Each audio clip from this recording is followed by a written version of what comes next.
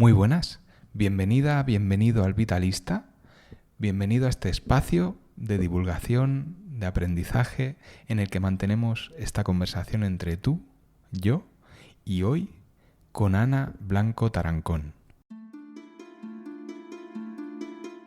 Ana fue compañera mía en los 6 años que pasamos en la ECO estudiando osteopatía. Además, montamos y grabamos, junto con 3 compañeros más, el podcast Hasta los Huesos, que puedes buscarlo y fue un programa muy divertido que grabamos entre 5 compañeros y nos lo pasamos muy bien. Desde que acabamos osteopatía, desde que nos conocemos, nos mantenemos en contacto y muchas veces pues comentamos dudas y casos.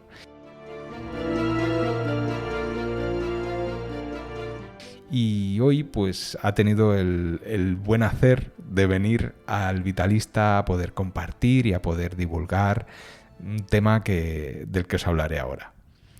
Ana es fisioterapeuta y especialista en el acompañamiento de la salud femenina. De hecho, cuando encuentro disfunciones en la esfera ginecológica que necesitan un enfoque más específico, Ana trabaja en Barcelona y es la profesional a la que le derivo pacientes. En su camino profesional, cuando acabó fisioterapia, fue buscando la globalidad y entender y tratar el cuerpo humano como un todo, y se topó en primer lugar con la psiconeuroinmunología clínica. Posteriormente hizo los 6 años de osteopatía en la ECO. Además, y es algo de lo que le quiero preguntar, Ana ha realizado a posteriori un máster en investigación translacional en fisioterapia, generando una tesina sobre el estrés crónico, que es precisamente el tema del que venimos a hablar hoy.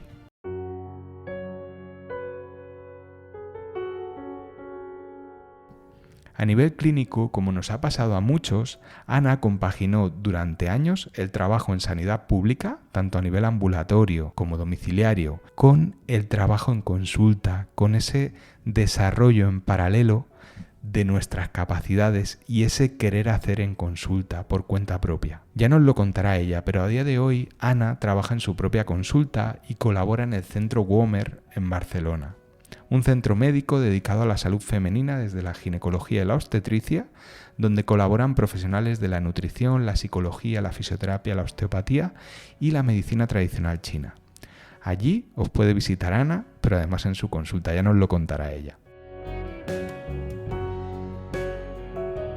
Pero quiero destacar en esta presentación este camino incansable que combina la formación continua con la práctica clínica, con el trabajo en investigación, que ha llevado a Ana a poder trabajar y acompañar procesos con este interés especial en las interacciones e influencias de los diferentes sistemas que dan lugar a síntomas, aquellos síntomas por los que nos vienen a ver los pacientes, pero sobre los cuales tenemos la necesidad de poder y de intentar desentrañar y entender de dónde vienen estas alarmas.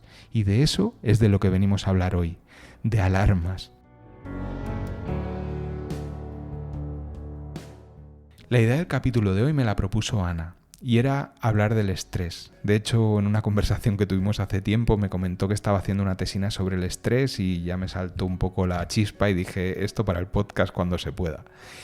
Y si hablamos de estrés, hablamos del sistema nervioso. Y cuando hablamos del sistema nervioso, hablamos de una interfaz entre el medio externo y nuestro medio interno. Esa parte de nuestro sistema que es capaz de movilizar recursos, de transportar la energía de un lugar a otro, ¿no? En función de cómo nos sentimos, de cómo percibimos, así gestionamos y respondemos. Y esto que acabo de definir es lo que en el día a día llamamos y decimos que es estrés. ¿Vale?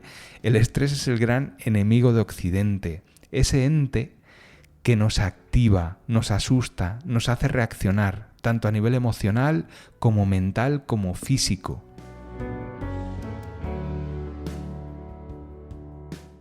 Cuando hablamos de estrés empiezan a aparecer palabras como noradrenalina, cortisol, dopamina, sistema nervioso simpático. La palabra estrés está detrás de problemas como dolores a nivel musculoesquelético, problemas digestivos, hormonales y un sinfín de síntomas y entidades. Pero creo que no acabamos de encajar bien muchos conceptos a este nivel y para eso lo que vamos a hacer hoy es ampliar y aportar buena información y os invito a escuchar esta charla con Ana Blanco Tarancón. Sin más, darle las gracias, ahora se las daré en persona y vamos allá con esta charla.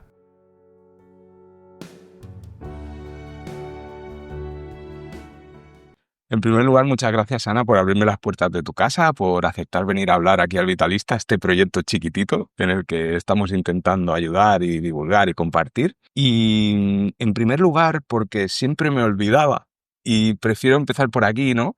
Que nos hables un poco de dónde te puede encontrar la gente, ¿no? Si hoy alguien te escucha y quiere ampliar información sobre ti o incluso que le valores o le veas, ¿dónde podemos encontrarte o en qué andas metida, ¿no? Vale, pues decirte que gracias a ti por contar conmigo para hacer este podcast. Sé que te ha costado mucho porque no soy una persona fácil Sí, cuesta, de concretar.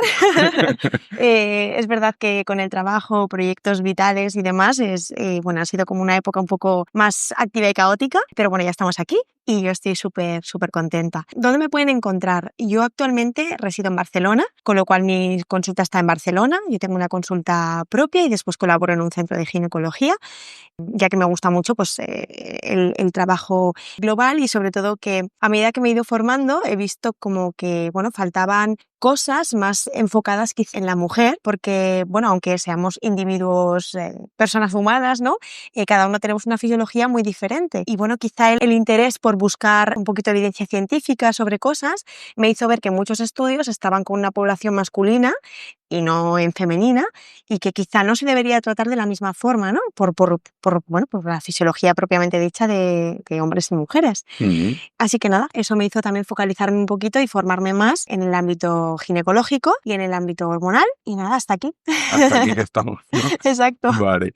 Y por ejemplo, en redes, ¿en qué tienes la En cuenta redes, de la consulta o tu cuenta? Sí, yo tengo una cuenta que es profesional, personal no tengo. No soy muy de redes, es decir, de publicar cada día, pero sí que intento publicar cosas que pienso que pueden ayudar a la gente a darle pequeños tips o pequeñas informaciones que pueden buscar en ciertos momentos de su vida, ¿no? Pues cuando me duele algo, cuando he visto que mi vecina me comentaba algo sobre la menopausia o que me comentaba algo sobre el estrés, pues dar como pequeños tips para ayudar a ver si esos problemas tienen ayuda o pueden focalizarlas en algún ámbito más que en otro. Yo en las notas del episodio dejaré enlaces al centro donde trabajas, a tu web y a tus redes sociales. Sí, ¿vale? Las redes sociales, a Blanco Fisio y ahí me pueden encontrar. Ahí te pueden, muy bien.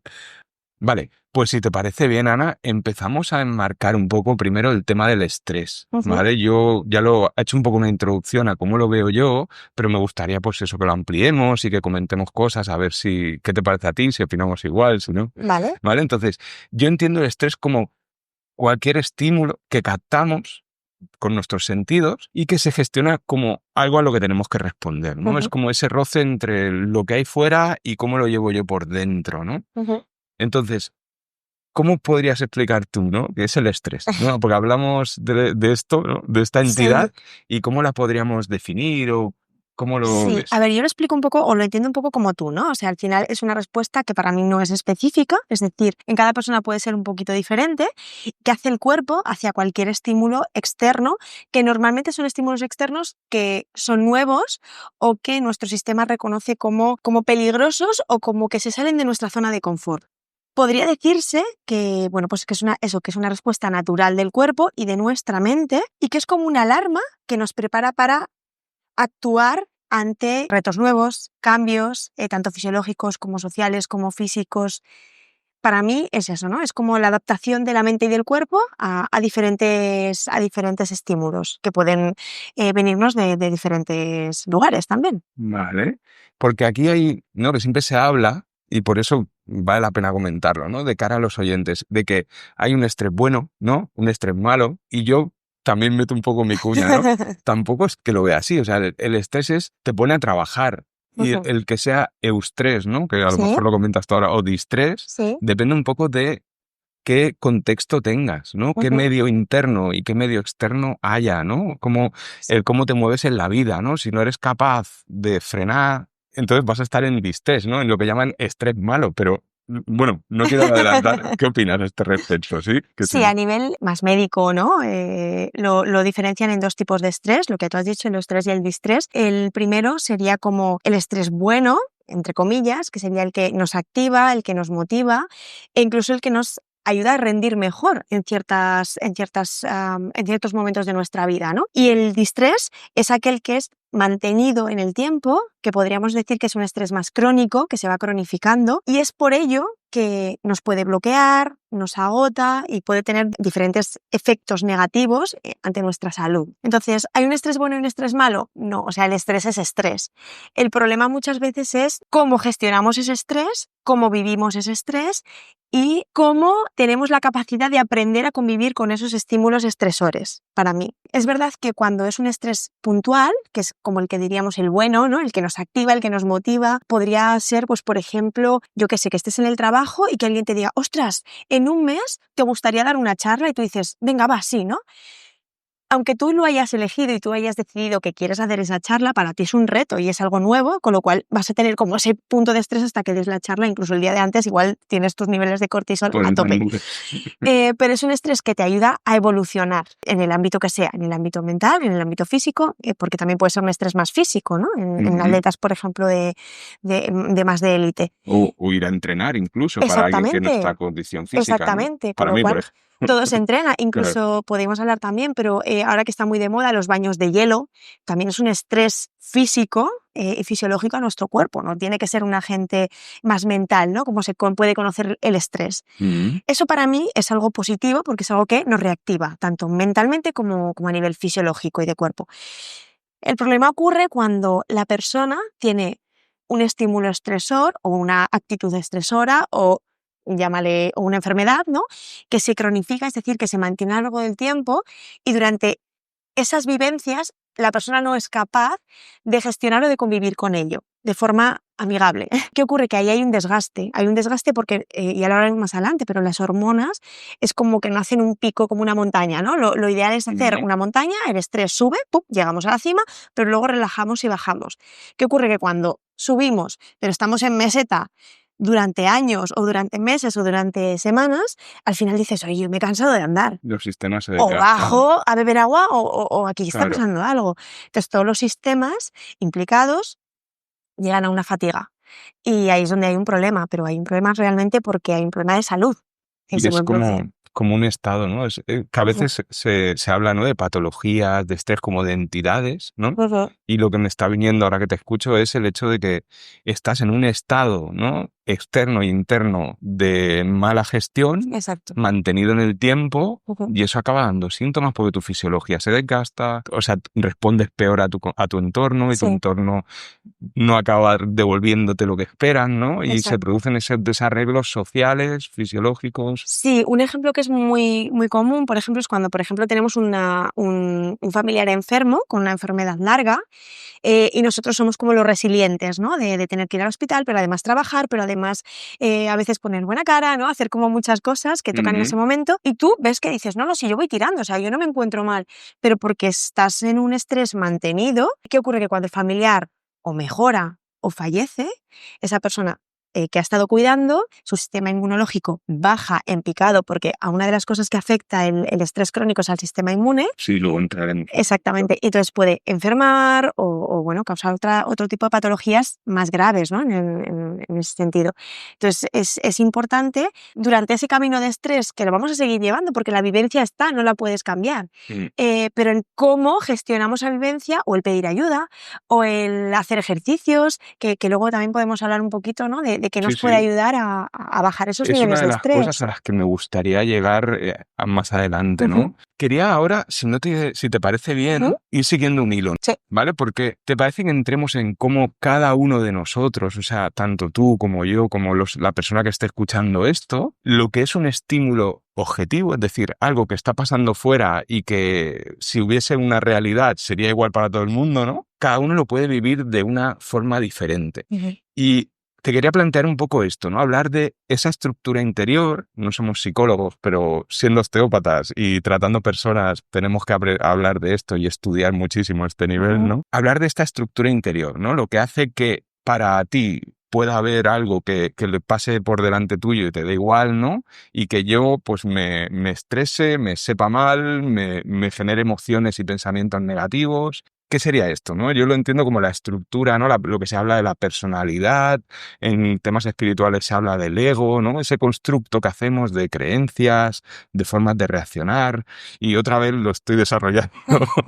¿Cómo ves tú, no? Pues para mí es una parte súper importante entender, de no culpar al estrés. Ujú. Por ejemplo, cuando vas a hacer terapia, ningún psicólogo te dice, sí, es que lo que hay fuera es un desastre, ¿no? Donde tienes que trabajar un poco, ¿no? Es en ese filtro de cuando has hecho, ¿no? terapia, pues ves un poco que va por ahí, ¿no? El tema. Sí, sí, sí.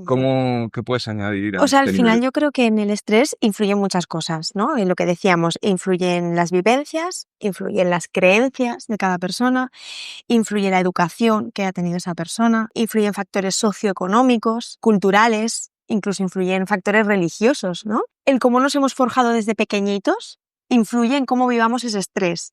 Yo soy partidaria de pensar, ¿no? Que a veces cuando ya somos bebés o pequeñitos o niños en nuestra etapa de niñez, depende de cómo nos eduquen. O si, por ejemplo, hay un niño que se quiere tirar por un tobogán y los padres le dicen, sí, sí, adelante, tú tírate, ese niño seguramente no va a percibir como que el tirarse por el tobogán puede ser un factor de peligro, de que se puede caer, se puede hacer daño. En cambio, si un niño va a tirarse por el tobogán y los padres, no, no, no, no te tires de ahí, que te puedes caer, que te puedes hacer, el niño va a decir, ostras, esto es un Claro, warning, ¿no? Esto eso es no... una creencia que se empieza a arraigar ahí, ¿no? Exactamente, no quiere decirse que luego el niño no vaya a ser capaz de tirarse por un tobogán porque va a tener las vivencias con amigos que se van a tirar por un tobogán o en el colegio o en la guardería, pero es verdad que eso va calando y va forjando una personalidad, tanto eso como otras muchas cosas, ¿no? A nivel religioso lo mismo, podríamos hablar que hay religiones pues que igual el aborto no lo conciben y otras que sí, entonces no va a ser lo mismo una persona que se quede embarazada y no lo desee si es en una religión que no le permite un aborto, que en una religión que sí que se lo permite. Igual el estrés no es el mismo. O una familia culturalmente como más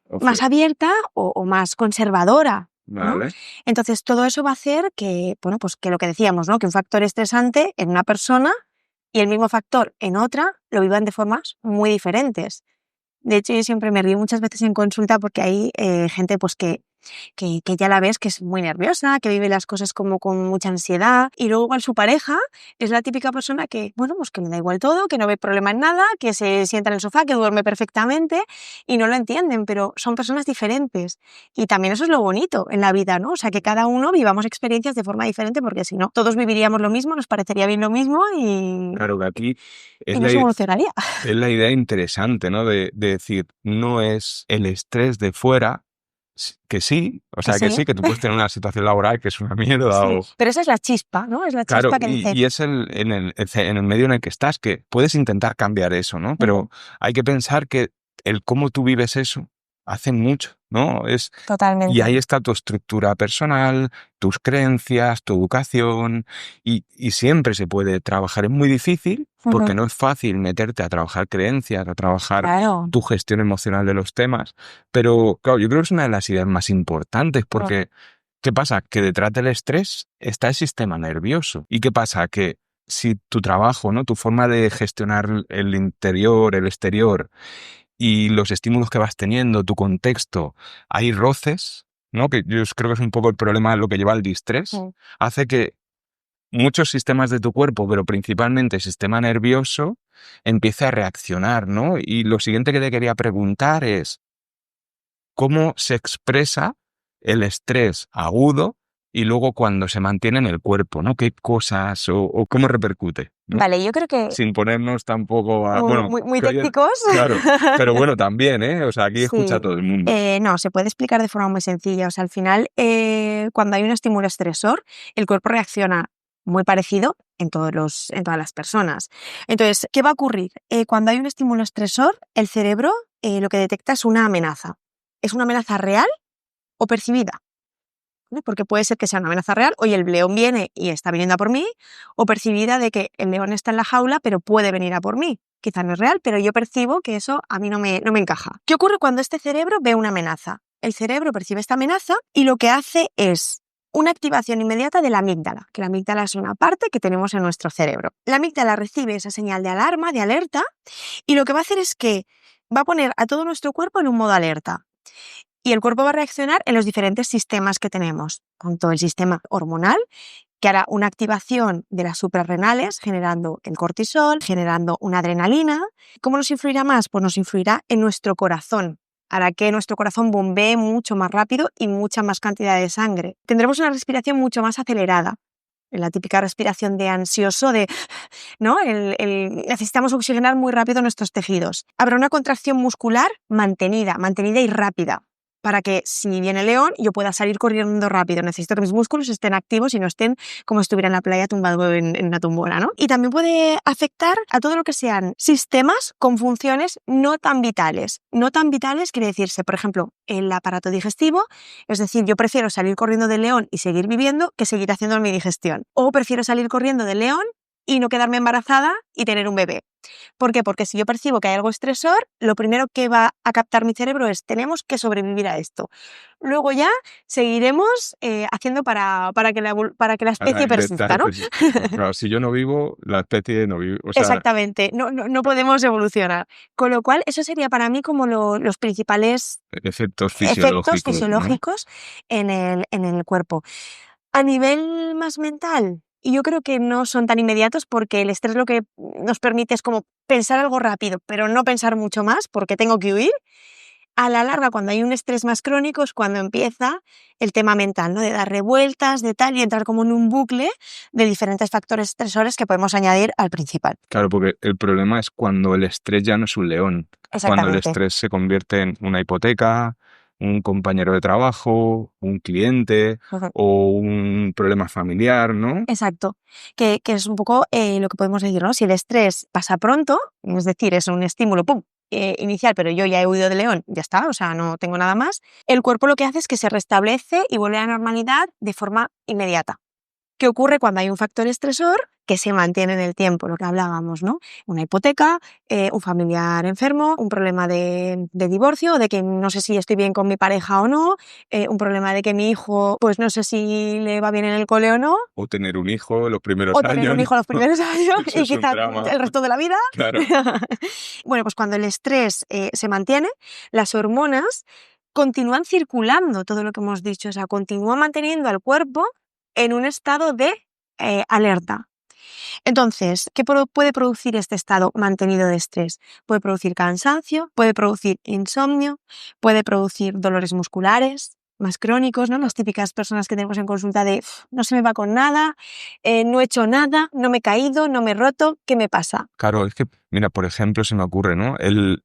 Por ejemplo, las típicas contracturas, ¿no? Que la gente dice, tengo una contractura, mira, tócame, que esto está... Exacto. O sea, el aumento del tono muscular en un mes, no, pero en un año acaba generando fibrosis, acaba generando endurecimiento de ese tejido, que circule peor la energía, el oxígeno, ¿no? Exacto. La sangre no se oxigena. Y puede haber ese componente de estrés emocional, pero físico. Es que va todo junto, ¿no? Uh-huh.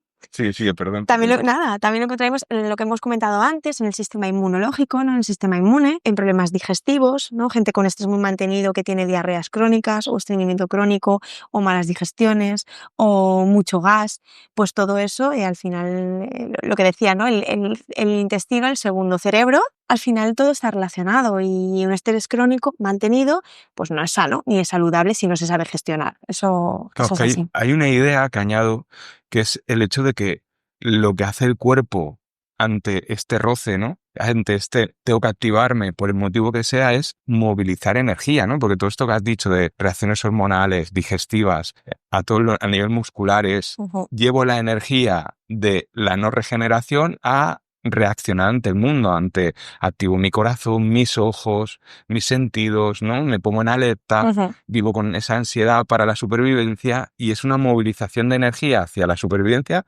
mantenida en el tiempo, ¿no? Exacto. Que hace que lo que te quería preguntar ahora, ¿no? Un poco el tema de ese estrés dinámico, esa vida intermitente que se llama, ¿no? De está muy bien, salgamos a luchar, salgamos a hacer cosas, tengamos objetivos, que ya luego te preguntaré sobre eso, a ver qué opinas tú. Tengamos objetivos, funcionemos, pero vamos con todo. No me olvido de cuidarme, de pararme a cocinar, de proveer a mi familia, de disfrutar de mi familia, de mis amigos, de lo que sea, ¿no? De mis actividades en calma, ¿no? Y a la vez salgo, o sea, me regenero, vuelvo, ¿no? Ya otra vez lo he dicho yo lo que... No, pues está Pero, perfecto. ¿qué Sí, opinas sí. a este respecto? ¿Qué añadirías? Bueno, como tú has dicho, ¿no? El estrés dinámico, bueno, es un concepto que puede ayudarnos a entender el estrés como algo que no es fijo.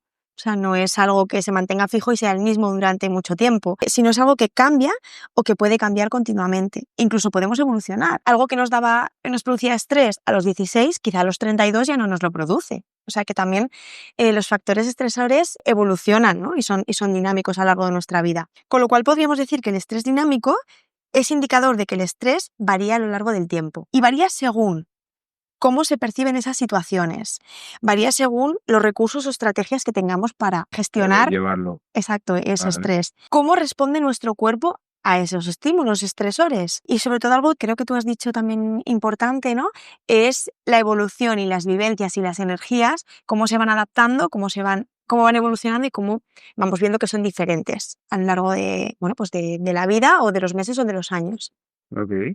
Lo que para mí a los 16 era como algo tremendo, ¿no? Quizá el suspender un examen, pues quizá a los 35 digo, bueno, pues no pasa nada, ¿no? Lo hago por divertirme, por aprender, pero no es nada vital, no es nada emergente en mi vida. O dejarlo con una pareja, ¿no? Quizá no es lo mismo el primer amor que dices, Dios mío, no voy a encontrar nadie más en mi vida. Los dramas aquellos, ¿no? Los dramas que igual una persona que a los 40 dice, no, es que las cosas no iban bien y es más sano estar separados.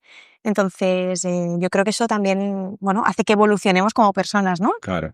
Y luego hay otro tema que me está surgiendo ahora, que es el hecho de que a medida que el tiempo pasa, ¿no? Que la fisiología baja, a lo mejor tienen más herramientas a nivel mental, pero la importancia también es que tengamos en cuenta que según cómo esté nuestra fisiología, vamos a poder reaccionar mejor, ¿no? Que de cara, luego hablaremos, ¿no? De cómo enfocas, cómo tratas y qué propones tú a las personas, ¿no? Para esto, Sí. pero es una muy buena reflexión, ¿no? Pues si no llegan hasta ahí, el decir, según cómo tú, pues, hagas ejercicio, te muevas, tengas una buena higiene emocional, buenas relaciones, todo eso va a hacer que el estrés, que lo que pase fuera, tú estés más fuerte para ello, ¿no? Sería un poco...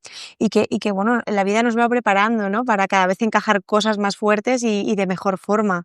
Porque como comentábamos, la energía, los recursos van modificándose a lo largo del tiempo y de hecho el otro día tuvimos una conversación muy chula en un centro de los que estoy. Comentábamos, ¿no? Que muchas veces las personas a partir de los 50 o decían ellas, no dices que ya no hay filtros. Ni hay filtros ni me afecta tanto lo que me diga la gente, ¿no? Y yo creo que al final es un mecanismo de defensa del cuerpo que tiene porque fisiológicamente, a medida que cumplimos años, no tenemos una energía tan potente como cuando tenemos 16 o 15 años.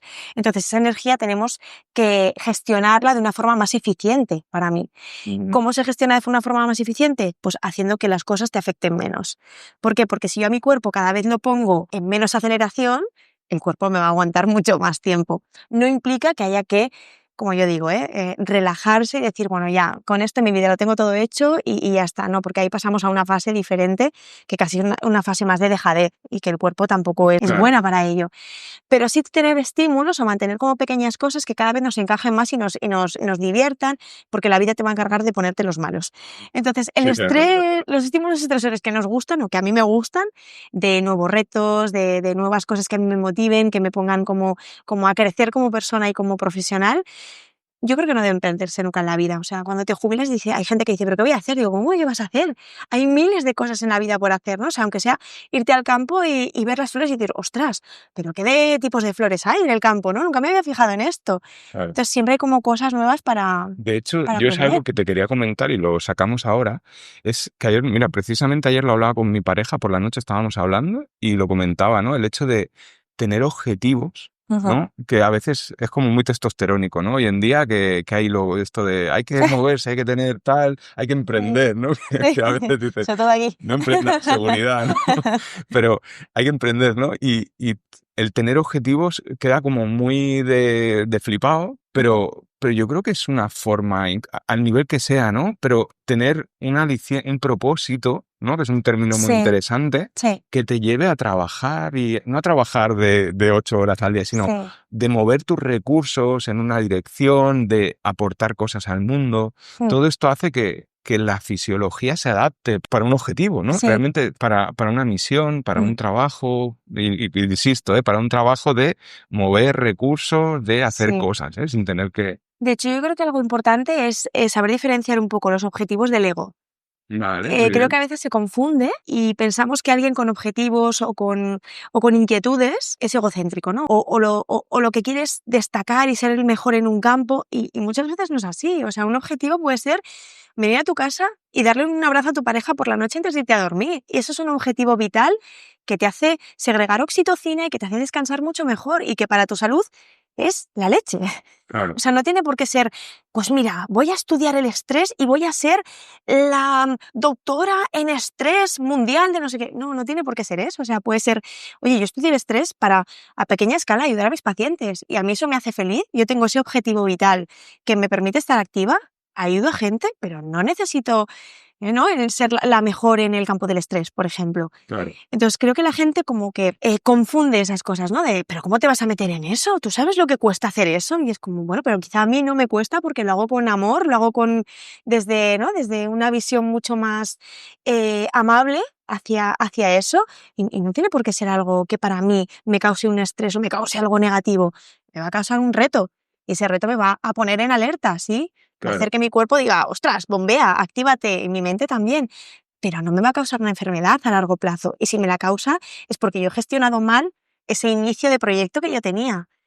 Pero lo puedo dejar a mitad, ya está. O sea, a veces las cosas se pueden dejar y no pasa nada, se cogen otras nuevas. O sea, Claro, ¿y qué opinarías? Porque yo es una herramienta que me gustaría aportar a mis pacientes, ¿no? Y a quien quiera, el hecho de enseñar o proponerle a la persona a que saque un poco fuera de su cabeza. Yo lo hago, de hecho es algo que yo hago, ¿no? Saque un poco fuera de su cabeza como ciertas metas a cierto plazo, ¿no? Un sistema flexible, ¿eh? No te estoy diciendo, de aquí a 5 años tengo que haberme sacado otra carrera, no. O sea, sino sacar esas metas y establecer como ciertas pautas flexibles, pero no solo a nivel profesional, sino a nivel personal, a nivel de, pues eso, entrenamiento, de cuidado, de, yo qué sé, empezar a cocinar más, empezar a, pues eso, fomentar ciertas relaciones, ¿no?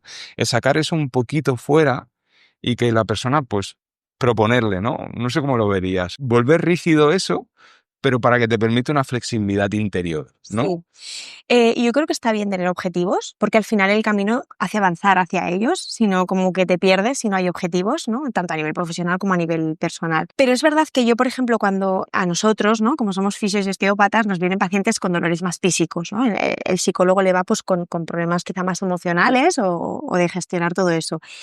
Pero es verdad que cuando haces un trabajo más integrativo, yo derivo muchísimo a psicólogos, pero tienes que ir como poniendo gotitas para que esa persona vea que el encauzar eso a ese nivel no es nada malo ni es que ha fracasado, que muchas veces el fracaso está ahí como también latente, ¿no? Ostras, es que si no consigo esto voy a fracasar y eso para mí es uno de los elementos estresores más fuertes que hay, el miedo al fracaso. Entonces en mi consulta, como me vienen más a nivel físico, yo intento exponerles, ¿no? O sea, al final tú vienes conmigo, tú vienes a tratarte, yo te trato 1 hora o el tiempo que trate cada uno en su consulta y yo lo que hago es que a tu cuerpo le doy unos estímulos para que tu cuerpo sea capaz de regenerar o de activarse o de desactivarse muchas veces y que pueda ir en busca de la homeostasis, ¿no? De la salud. Pero es verdad que tú contigo mismo estás 24 horas, 365 días al año. Entonces, si tú no trabajas para mejorar tu salud, yo no puedo hacerlo sola. Entonces, vamos a ir de la mano.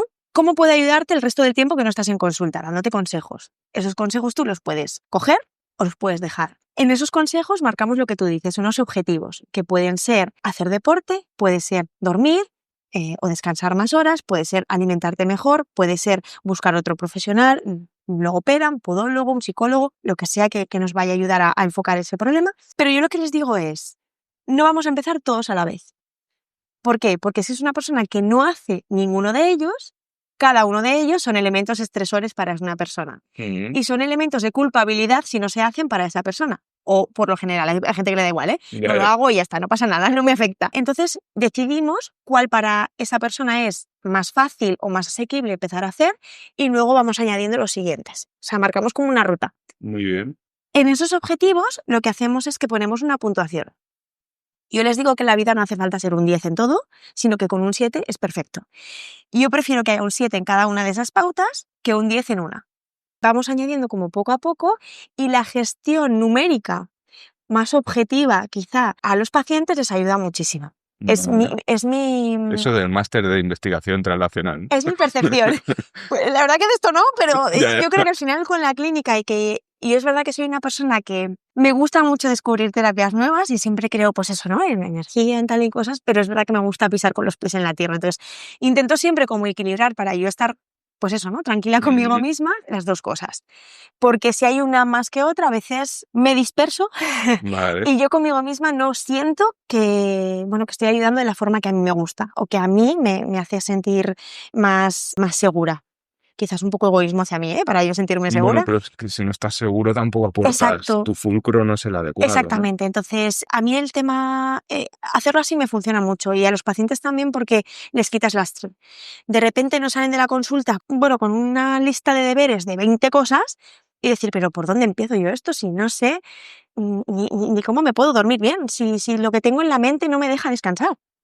Entonces, bueno, no sé, yo utilizo esa estrategia. Vale, bueno, está muy bien porque por un lado, ¿no? Haces tu acompañamiento del que te preguntaré ahora en camilla, ¿no? En Sí, consulta y luego paralelamente propones pues ir trabajando, ¿no? En ese acompañamiento en medio largo plazo que hacemos en exacto. osteopatía, pues ir generando pequeños cambios, ¿no? Y aparte le puedes ayudar desde la nutrición o derivar o empezar con ejercicios de movilidad, me lo invento, ¿eh? Sí, Y ahí ir empezando a funcionar, ¿no? exacto. Sería un poquito eso, ¿no? La Sí, idea. ayudarles a que tomen un poco las riendas de su salud.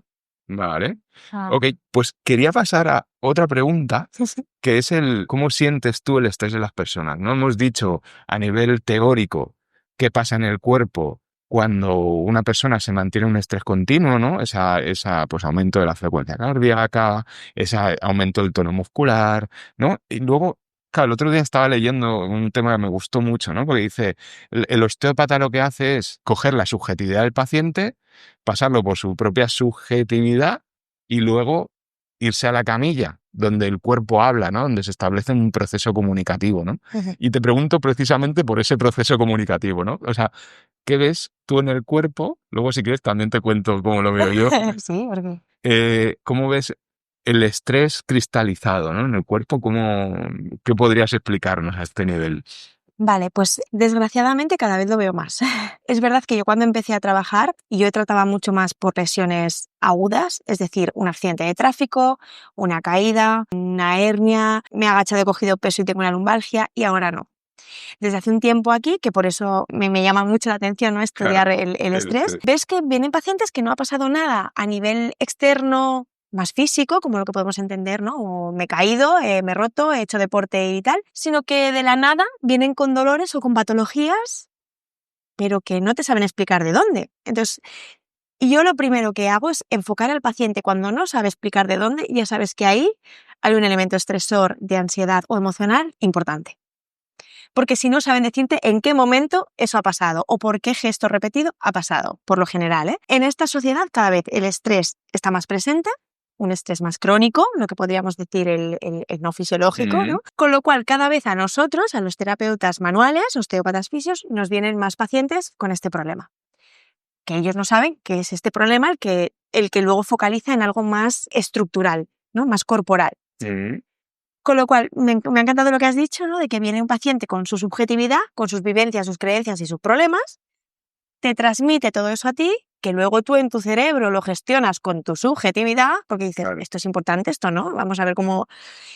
Y lo bonito de nuestro trabajo es que luego el cuerpo nos habla, nos explica cosas que el paciente no nos ha dicho. Entonces, tenemos una herramienta súper importante ya desde el primer momento, que es que tocamos al paciente. Cuando tú tocas a una persona, esa persona indirectamente segrega unas hormonas, sin hacer absolutamente nada.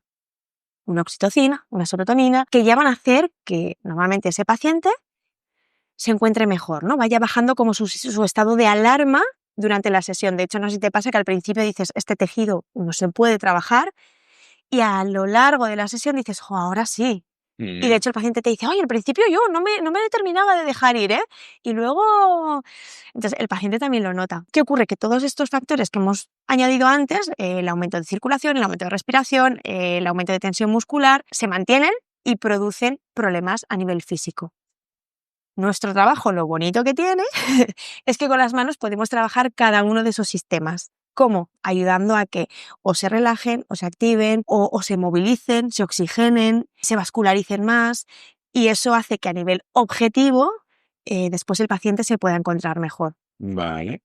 Yo aquí siempre añado que una parte importante, por lo menos y a mí me lo parece, de la sesión es que el paciente confíe en ti.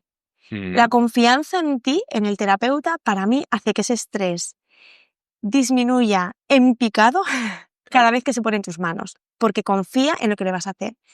Cuando un paciente empieza a no confiar, a exponerte todo, dices, quizás es mejor derivar. Sí, porque se pierde la Sí, eficiencia se pierde, exacto, y... esa eficiencia de solamente tocar y ya, pues transmitir a nivel cerebral lo que necesitamos transmitir a ese paciente, ¿no? No Sí, sé tú bueno, lo que opinas. el efecto, sí, lo que se habla, pues siempre se ha dicho, ¿no? El efecto no específico, placebo, Exacto. que se denigra mucho y precisamente es una parte súper importante, ¿no? De cuando tú estableces una comunicación, pues que haya una apertura. Conseguir que la persona se abra forma parte del efecto placebo, del efecto no Totalmente. específico. Y eso hace que cuando esté en camilla los tejidos se relajen, ¿no? Yo, por ejemplo, uno de lo que te comento también, ¿no? Cómo veo yo, ¿no? El estrés en el cuerpo. Yo lo detecto mucho por la palpación de los tejidos profundos, ¿no? Por ejemplo, cuando valoramos a nivel facial, que miras una restricción cervical, ¿no? Digo, esto lo comento porque nos escuchan también muchos osteópatas y pues por compartirlo, ¿no? Cuando haces esa escucha a nivel de la columna cervical, ¿no? Poner los dedos en C2, empujas hacia adelante y hay muchas veces, ya no es que notes una restricción hacia un lado, hacia el otro, sino que notas un tope. Eso es estrés. O sea, yo cuando palpo eso, sé que es el sistema nervioso pidiendo ayuda, ¿sabes? Sí, a veces lo noto mucho también como en pacientes en la postura. En la postura se nota muchísimo. A veces como entran por la consulta ya sabes que ese paciente lleva una carga o emocional o física fuerte. Y cuando palpo, algo que o casi nunca falla, esto del tema de la tensión de la dura madre, ¿no? Vale. Cuando palpas un cráneo, que ves un mentón como más hacia adelante, como que el occipital se engancha mucho hacia C7, ¿no? Como que cuellos pequeñitos, que llamo yo, y notas ahí como en toda la dura madre como una tensión brutal que llega hasta sacro, que es como una cuerda, o sea, tú traccionas un poquito occipital y directamente ya se te viene sacro directo hacia ti. Ahí por describirlo es cuando tienes al paciente tumbado, ¿no? Y colocas las manos por debajo del occipital, entre el cuello y la cabeza, ¿no? El Y haces huesecito del como cráneo. esa tracción hacia ti, ¿no? Un poquito hacia ti o que tensas un poco hacia arriba, hacia adelante del paciente y hacia superior, hacia que notas ahí una tensión que se va hacia abajo, ¿no? Por la gente que nos pueda escuchar que lo entienda, ¿no? Eso sería otro signo de que el sistema nervioso está pidiendo ayuda. Sí, ¿no? para la gente que igual no es osteópata o no es fisio, ¿no? Que dirá, ¿pero qué están diciendo? Yo siempre le pongo a los pacientes un ejemplo y es que tiro del cuello de su camisa, del cuello de su camiseta y digo, ¿ves cómo yo tiro de aquí? Pero también la parte de abajo de la camiseta se está moviendo, pues lo que te estoy haciendo o lo que estoy intentando valorar es un poco esto, ¿no? O sea, ese movimiento del tejido que muchas veces está muy colapsado, muy anclado en un punto y afecta a otro punto que pensamos que no, pero que tampoco funciona correctamente. Y también de cara a decirle, ¿no? A otras personas que no puedan entender esto, ¿no? Porque a veces se ve todo desde un punto de vista mecánico, ¿no? Como una tensión en la cabeza puede afectar a una tensión en la espalda, ¿no? Mecánicamente no lo ven porque hay muchas piezas de cambio. También hay que pensar en que hay una dinámica de fluidos, ¿no? De que hay un movimiento del líquido cerebral, un movimiento de los líquidos a nivel linfático, sanguíneo, ¿no? Arterial, y como, incluso desbloqueando el sacro muchas veces, movilizando la pelvis y la zona visceral, muchas veces se corrigen cosas arriba. Sí, totalmente. Y esto lo ves cuando yo muchas veces hago la coña con los pacientes, ¿no? Digo, mira, ¿notas el bloqueo aquí en la cadera? Les trabajas a nivel craneal y poquito la zona del diafragma. No tocas la pelvis y dices, mira, muévete ahora, ¿no? Y mira, esto es lo maravilloso. Luego, cómo se mantiene ya es otro tema, ¿no? Sí, totalmente. Y a nivel físico, que es un poco lo que estamos hablando, para mí uno de los principales factores a trabajar es el diafragma. O sea, el diafragma es uno de los principales músculos de la respiración y hemos dicho que el estrés afectaba a la respiración, a cómo respiramos. A la mecánica ventilatoria. Entonces, exacto, normalmente cuando estamos estresados lo que hace el diafragma es que ¡pum!, se bloquea para crear una respiración mucho más superficial, mucho más alta y crear como esa eficiencia, ¿no? De, ¡pum!, estos órganos se mantienen aquí Qué- paralizados y el resto que vaya funcionando. Entonces, el trabajo de diafragma a mí me gusta mucho en pacientes que, bueno, pues que notas que vienen con algo pero no saben de qué. Claro. El diafragma, la función respiratoria, y por debajo el estrés está minando la función digestiva, ¿no? Exactamente, que es lo Y que el hablábamos. diafragma, una de las funciones que tiene es como bombear eso, ¿no? O sea, que realmente es un trabajo súper Muy interesante. interesante. Y luego, no sé si entraremos después, Andrés, pero un trabajo muy interesante a nivel de diafragma es que indirectamente estamos trabajando también lo que tú has dicho, toda la parte de estómago, digestiva y demás, que es donde al final también llega el nervio vago, que es uno de los principales nervios que nos ayudan a bajar ese estrés, pero no por nada, sino porque es uno de los nervios que nos ayudan a descansar mejor, a ver las cosas con más perspectiva, a no estar como en ese punto de alerta continuo Claro. ante un factor, ¿no?, estresante crónico. Vale, yo te quería preguntar, que un poco lo hemos hecho, pero por si te has dejado algo o quieres reenfocarlo, no tenemos tiempo, o sea, podemos hablar. ¿Cómo enfocas tú, ¿no?, el abordaje de esto? Más o menos lo has dicho, pero si querías comentar algo más, la anamnesis, la exploración o qué tipo de trabajo, ¿no? Por si alguien que nos escuche, que no haya ido al osteópata, pues, y que se ve reflejado, ¿no? En, hostia, pues yo sí que tengo estos síntomas en relación a una situación personal. ¿Qué puede hacer Ana, ¿no? Ana, o si vives en Madrid, porque no estés de Madrid, por mí, ¿no? Un Sí. poco, ¿cómo lo explicarías? ¿O A cómo ver, definirías esa sesión? O... sí, es verdad que yo siempre digo que la anamnesis la hago en dos partes, aunque no es de forma consciente, ¿no? La primera es, bueno, pues que te expliquen, ¿no?, los pacientes el por qué vienen a ti, el cómo te han encontrado, antecedentes que tienen, si han tenido este problema con anterioridad, si no. Y una vez que les pregunto todo esto, pasamos a una exploración más física, que es lo que hacemos más los osteópatas y fisios, ¿no? Lo que tú has dicho, ver si hay alguna restricción de movimiento, es decir, si algo no se mueve como debería, si algo al moverse causa dolor o no, ese tipo de cosas. Y después ya pasaríamos al tratamiento. ¿Qué ocurre? Que la parte de anamnesis, que es donde yo pregunto cosas, muchas veces ahí la gente no te explica cosas. Pero no porque no quiera, sino porque o no se ha dado cuenta o no confiaba lo suficiente en ti como para explicarlo, y durante el trabajo en camilla te van explicando cosas. Entonces, para mí esa anamnesis a veces es como más importante que la que me han hecho al principio. ¿Por qué? Porque ahí ya estás tocando, estás generando en ellos unas hormonas de la tranquilidad y de la calma, con lo cual te pueden explicar cosas desde un punto de vista diferente, te explican cosas en las que antes no caían y ahora dicen, ostras, pues es verdad que justo cuando empezó esto me pasó no sé qué, y lo activan, lo conectan. Entonces, eso es muy importante. Y después, a nivel de tratamiento, yo todo el tratamiento que hago es a nivel de terapia manual. Siempre empiezo por un tratamiento un poquito de escucha, de ver un poquito lo que a mí el tejido me está diciendo.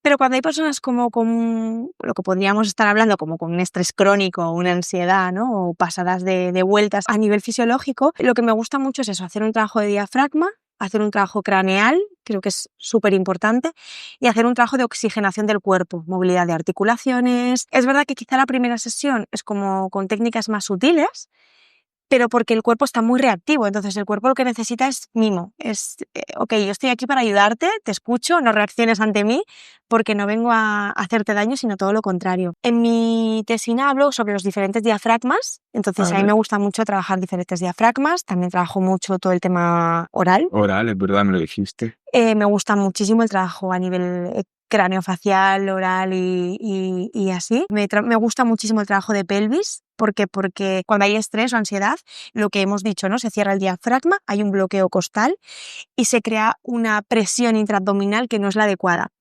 ¿Qué ocurre? Que toda esa presión que no gestionamos adecuadamente porque las cúpulas diafragmáticas no se mueven, claro. Va al suelo pélvico, va al siguiente diafragma, que sería el del suelo pélvico. Entonces, ahí puede venir una persona con un dolor a nivel de suelo pélvico, pero no saber que es por el estrés y por un mal funcionamiento de más arriba, con una incontinencia, con una disfunción sexual, con un problema para quedarse embarazada, ¿no? Con lo cual, a mí me gusta mucho trabajar como diferentes estructuras y siempre llevando como un orden, que hay veces que lo cambio, pero porque creo que el cuerpo del paciente me lo pide así. Claro. Suena raro, sí, pero cuando vas teniendo más experiencia, tus manos van como, ¿no?, trabajando diferente que tu cerebro, ¿eh? Es como No, tu mira, mano... y perdón que te corte, porque Sí. hay una cosa que has dicho súper interesante, ¿no? Como el estrés o esa gestión emocional te puede llevar a bloquear esa respiración, genera una mala dinámica y que tengas una disfunción, por ejemplo, digestiva alta, pero que te esté dando síntomas a nivel pélvico. A nivel Exactamente. pélvico con problemas de alteración de la defecación, con problemas del ritmo del ciclo menstrual, Exacto. ¿no? Sí, sí, sí, sí. Que es súper Es muy, interesante. muy interesante. Y a veces son problemas que, es verdad que, vuelvo un poco a lo que decía al principio, como en mujeres no se ha estudiado tanto, se da por hecho que el dolor es normal en esas zonas y el dolor no es normal. El dolor es bueno al principio porque te da un signo de que algo no está funcionando bien, pero un dolor mantenido nos implica que eso no se está solucionando, ya sea con fisiosteópata, ya sea con acupuntura, ya sea con psicología, ya sea con lo que quiera la persona, ¿no? Pero que ese problema no está funcionando. Otra cosa diferente es que yo me trato, mejoro y al tiempo empeoro. Es diferente, es decir, ese tratamiento para mí ha sido el adecuado, pero ¿qué ocurre? Que seguramente tu factor estresor ha vuelto. Y todos tenemos puntos débiles, como sabemos, pues porque hay gente que a nivel fisiológico o a nivel biomecánico tiene una hernia, o ya parte de la base de que de pequeñito tuvo problemas de alergias o intolerancias, entonces quizás su punto débil vaya a ser más el aparato digestivo, o alguien que tuvo una lesión en el tobillo, pues lógicamente si mis presiones no van bien y mi forma de caminar no es la adecuada, pues me va a ir a donde yo tenía esa lesión antigua. Sí, un terreno predispuesto, ¿no? Exactamente, lo que a ti te gusta mucho hablar, ¿no? Que Sí, es que el yo hablo tema del terreno de de los los terrenos, o sistemas sea, pues funcionales. yo los entiendo un poquito así. Entonces, Claro. cuando dice la gente, ya, pero es que me ha vuelto, y dices, ya, pero es que tu terreno, o sea, parte de esa base. Y hay veces que el terreno inicial es muy difícil de tratar, porque a veces es un terreno que puede estar así por una creencia primitiva, que a ver cómo abordamos eso, o por una lesión que ha estado ahí. O sea, alguien con una intervención de prótesis de rodilla, la prótesis sigue estando ahí. Claro. Hay algo externo que está en nuestro cuerpo y que queramos o no, podemos darle una calidad de vida, pero va a seguir estando ahí a esa persona, con lo cual yo creo que es importante como diferenciar un poco eso. Vale. Muy guay, muchas gracias. Y me había guardado arriba una reflexión que quería tocar ahora, ¿no? Antes de acabar ya de hablar del tema del estrés y pasar a lo siguiente, ¿Vale? que es el hecho de que hay como en la creencia popular, Ujú. como una vida, por así decirlo, idílica, Ya, que sea como vivir en una burbuja sin estrés, vale. ¿no? Y eso yo creo que también hay que romperlo un poco, porque es como que cuando consiga esto seré feliz y no tendré estrés. Y eso no es la vida, Sí, sí. ¿no? O sea, hay una parte que hay que aceptar, el que van a haber factores estresantes y que tú estés fuerte, reacciones como debes reaccionar y vayas con todo. Y Sí. luego seas capaz de parar y Y volver volver. y parar, ¿no? Eso es lo bonito de vivir, Sí. ¿no? Cuando dices, es que me duele la espalda, ¿pero por qué? Pues porque estaba haciendo ejercicio. Pues perfecto, Exacto. disfruta, porque a veces le digo a la Exacto. gente, disfruta ese dolor de espalda y hay gente que aún te mira y te dice, ¿qué me estás contando? Y dices, no, es que es así, es decir, esto es una reacción de resiliencia, de que te estás fortaleciendo y la vida tiene que ser así, a Sí. los 20, a los 40, a los 60, hasta que tiremos la toalla y llegue nuestro momento Sí. de parar, ¿no? Sería un poquito, no sé si opinas Sí, sí, sí, igual sí, o yo es perfecto. una reflexión que dice, hostia, vamos a dejar de ver al estrés como algo malo, sino que sea un factor de resiliencia, ¿no? Ujú. Como has dicho antes, los estímulos horméticos. Sí. Ah, me estoy enrollando yo, No, perdón. no, pero está perfecto. ¿Sabes? Los estímulos horméticos que has dicho, el frío, la sauna, el ejercicio, los ayunos, Ujú. el trabajo, ¿sabes? Aguantar a un familiar puede ser un estímulo hormético también, ¿no? Te pone a prueba, me examino, tal, y de ahí salgo fortalecido, ¿no? No sé si te he cerrado demasiado el tema o quieres aportar. No, Vale. está perfecto. Yo creo que lo que decíamos, ¿no? Había un factor estresante que es el social. Y ese hoy en día está más en auge que nunca, ¿no? Quizá yo considero que he tenido la suerte de crecer sin móviles, Ya, sin redes sociales, y considero que eso para mí ha sido una ayuda a que a nivel mental yo haya estado más sana, entre comillas, por entender lo que es, Mm, porque esos factores estresantes no los he tenido.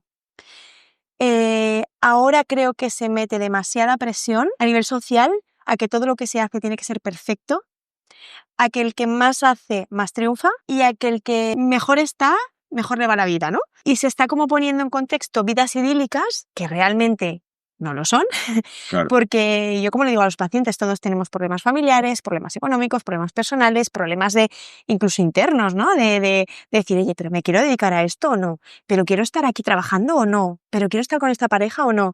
Entonces, al final, todos somos únicos, pero nadie es único en el fondo, ¿no? Todos tenemos los mismos problemas e intentamos sobrevivir como podemos. Entonces, cuando les digo esto, pues ya colapsan un poco también, ¿no? Y dicen, ¿A que no hay que ser perfecto? exacto, que no hay que ser perfecto, digo, ¿Qué está no, pasando? y que hoy en día pues se vende algo que no es real. Y a mí que me gusta mucho todo el tema de, el de cómo evolucionar de una forma más amable contigo mismo. Y yo creo que lo que has dicho, ¿no? El conseguir metas o el conseguir la felicidad, porque yo muchas veces digo, ¿pero qué es la felicidad? Es que la felicidad para cada uno igual es diferente. Porque para mí igual es estar aquí contigo haciendo un podcast, y para otro igual es estar en su casa leyendo, o para otro igual es estar en el bar bebiéndose Claro. una copita. Es que yo creo que la felicidad, perdón, creo que son momentos, Claro, ¿no? O sea, vas haciendo cosas y te mantienes en un equilibrio y sí. tienes, pues, yo qué sé, me voy con la peque a hacer no sé qué y tengo un momento feo con mi mujer. Ujú. Tenemos una buena conversación y es un momento de felicidad, Sí. ¿no? Y cuando me dicen, ¿y para ti la felicidad qué sería? Digo, pues para mí la felicidad es disfrutar del camino, de vivir hasta el último día que me quede aquí en la tierra presente, ¿no? Claro. No implica que ese disfrute del camino tenga baches y tenga piedras y tenga que saltar y tenga que curar heridas y tenga que decir a gente adiós, porque muchas veces también hay que decir a gente adiós, tanto porque, fallecen, ¿no? Como porque te das cuenta de que no te aportan nada o que lo que te aportan es más tóxico que otra cosa. Darte cuenta de que el proceso tiene estas cosas te hace vivirlo con mucho más amor y te hace vivirlo como con mucha más cordura. Claro. Es decir, yo sé que voy a pasar momentos malos en mi vida, pero quizá para pasar esos momentos malos, a mí lo que me ayuda es pensar, tengo una red de personas que me van a ayudar, tengo unas creencias que quizá me van a ayudar también a gestionar esto, tengo unas herramientas a nivel profesional que gracias a la todo lo que formación, hemos hecho, ¿no? Pues me hacen decir, joder, sí, pero venga, apárcalo y vete a por otra cosa. Pero que nos vamos a dar golpes, muchos, y desde pequeñitos y hasta el último día. Claro, y una cosa que yo le digo mucho a las personas, ¿no? A las personas que vienen a verte, que tienes las capacidades, ¿no? Quítate presión, o sea, lo que te pasa, tienes las herramientas para salir y quítate carga, porque puedes, o sea, solo tienes que encontrar el cómo hacerlo, ¿no? Y a veces no, o aceptar una parte, que tampoco todo es bonito y tal, ¿no? A veces hay que aceptar pues ciertas cosas y con lo demás confiar en ti y trabajar y tirando, ¿no? Sí, y si no se sabe, buscar ayuda. Y buscar ayuda, ¿sabes? Buscar ayuda, buscar ayuda para mí no es un signo de debilidad, sino de fortaleza, porque has sido capaz de reconocer que algo en tu vida no está yendo como a ti te gustaría y necesitas a alguien para que te dé herramientas para poder gestionar eso y para poder el resto del tiempo estar mejor.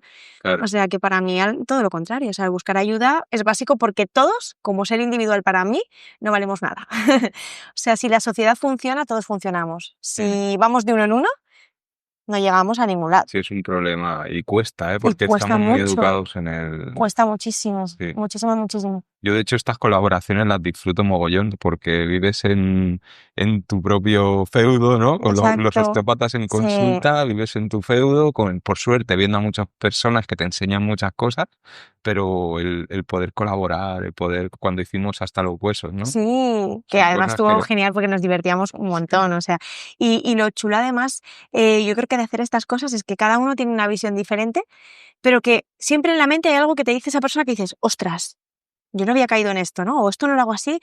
Y al final, cada persona, yo digo, algo bonito de mi trabajo es que tengo desde pacientes cocineros hasta pacientes pilotos, hasta pacientes ingenieros en aeronáutica. Y entonces, cada uno de ellos me aporta algo súper diferente y algo Sí. que a mí me enriquece vitalmente un montón. Y la gente mayor, Con la gente mayor y los niños, o sea, los niños son inocencia pura la mayoría de veces, entonces para mí es como un chute de energía y de aprendizaje tremendo. Y la energía que hay ahí Y la dentro. energía que hay ahí es brutal. Y el trabajo con embarazadas Ah, también. Claro, yo ahí he tratado poquitas. Y yo trato mucho con Claro. embarazadas y bueno, y con tema de fertilidad. Y es verdad que en esas sesiones la energía que se mueve y el contexto que se mueve es súper diferente, es muy, muy chulo, Claro, es bueno. muy diferente.